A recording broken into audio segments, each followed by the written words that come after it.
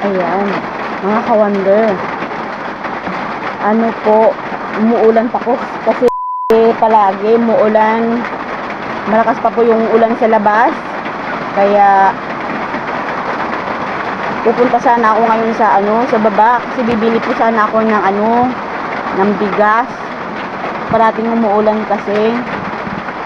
Kaso lang, paano ko kaya babudgetin ng 500 mga ka-wonder o 500? Budget daw namin isang araw, sabi ng asawa ko. Binigyan niya ako ng 500 isang araw,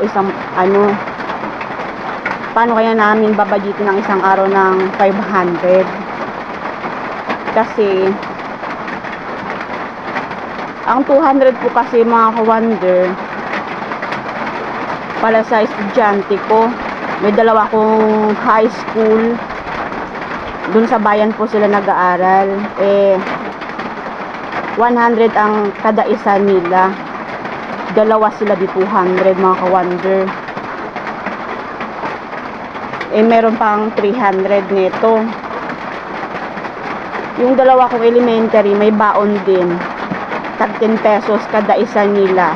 10 pesos na lang yan mga ka-wonder. Dalawa sila di 20. Meron pa itong 280. Ibibili namin ng bigas 3 kilo. 3 kilo. Ang maiwan pambili ng ulam. Parang hirap ng budgetin ng 500 sa isang araw mga ka-wonder. Problema talaga nga, lalo na ngayon mahal ng bigas. Ulam, anong bibili namin ng ulam netong magkano ng bigas ngayon? 52 ang kilo, 156. Magkano pa naman ang maiiwan nito mga ka-wonder?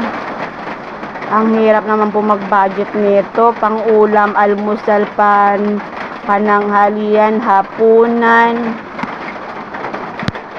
Sobrang mahal ang bilihin mga ka-wonder.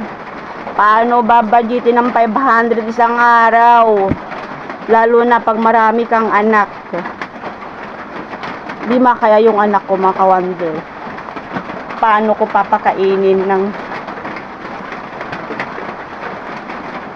maayos yung mga anak ko? Magtuyo na lang para makabudget. Grabe, sobrang hirap. Kayo mga ka-wonder, paano nyo babudgetin ng 500?